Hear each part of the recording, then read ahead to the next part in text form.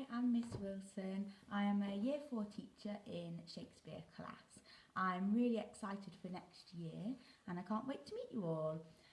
Today I'm going to be reading a book called The Whisperer by Nick Butterworth. Cats fighting, I love it. I mean, when they're fighting each other, they're not coming after me, see? Or my kind. My kind? Well, you could say we're a bit like mice. Okay, a little bigger, but just as cuddly. I'm a rat. Hey, don't go. Listen up. I've got a story for you.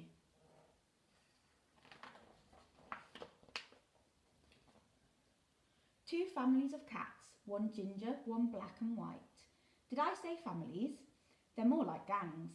They've been at each other's throats for as long as I can remember.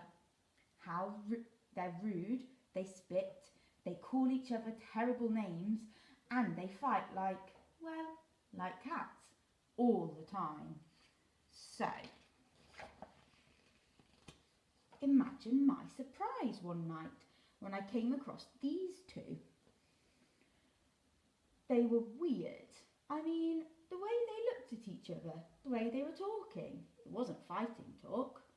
Oh, Amber, your eyes gleam brighter than the stars. Oh, Monty, your words are such poetry. Have some fish. Fairest Amber, I have feasted on your beauty. I couldn't eat another thing.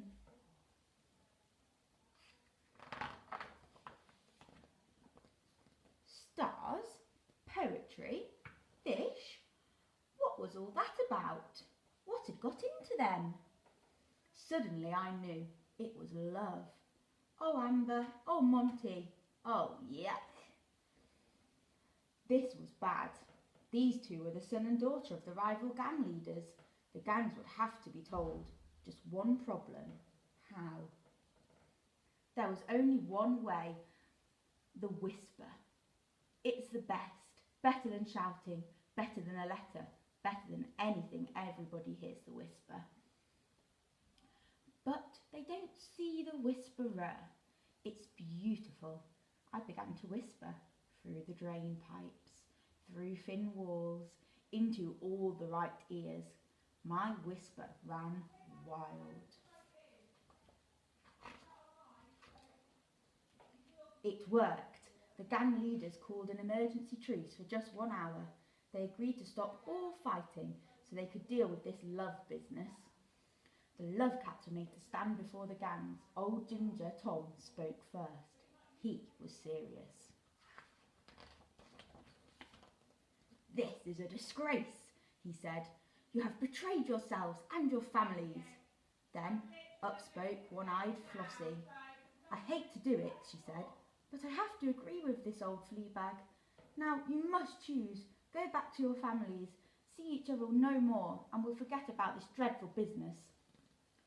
But if you refuse, old Tom butted in, you'll be banished. You will not be allowed to return unless you promise not to carry on in this shocking way.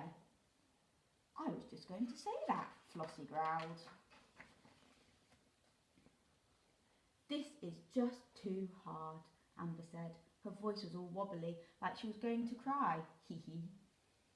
We can't do it, said Monty. If we must choose, we choose to go. Yes, oh yes, hip hip hooray, goodbye my lovey-dovey friends, and good riddance.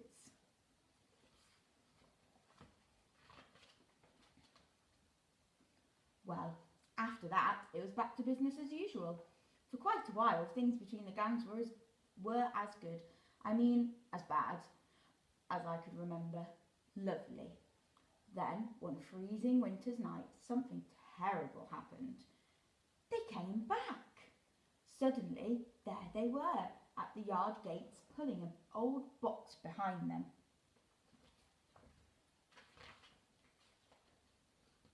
Straight away, the two of them were surrounded by cats, hissing, murmuring.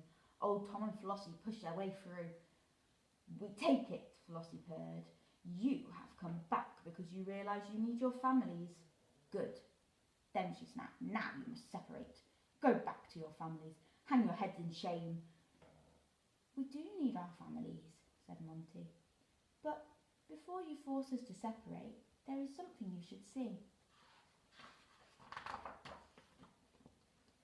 Suddenly, a flap on the box moved. Then, out came 4 of the ugliest cats you have ever seen.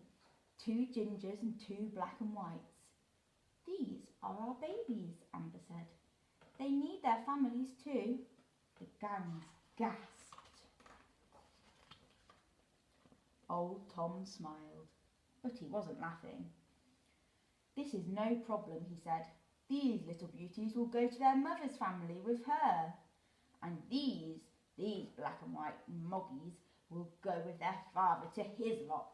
That's easily settled. Not really, said Monty. The box flap moved again. Then, youch, there was another one. But another what? It wasn't ginger, and it wasn't black and white. Or maybe it was. Both? All 3? Kind of stripy? We have 5 kittens, Amber said. This is Tiger.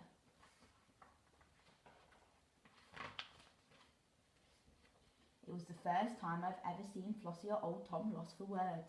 Speechless they were. Amber picked up the one she called Tiger and held him close to them both.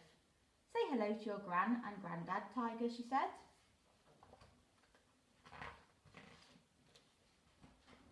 I'm worried. They've called a truce while they sort this out Tiger business. What if they get used to not fighting? Or worse, what if they come after me and my kind? No, those dumb old cats won't change. I'll lie low. I'll get whispering. I'll be fine, don't you think? But what about those cat brats? I've got a bad feeling about them. If they get on to me, hey, I'm gone. I hope you enjoyed that story and I can't wait to see you next year. Bye.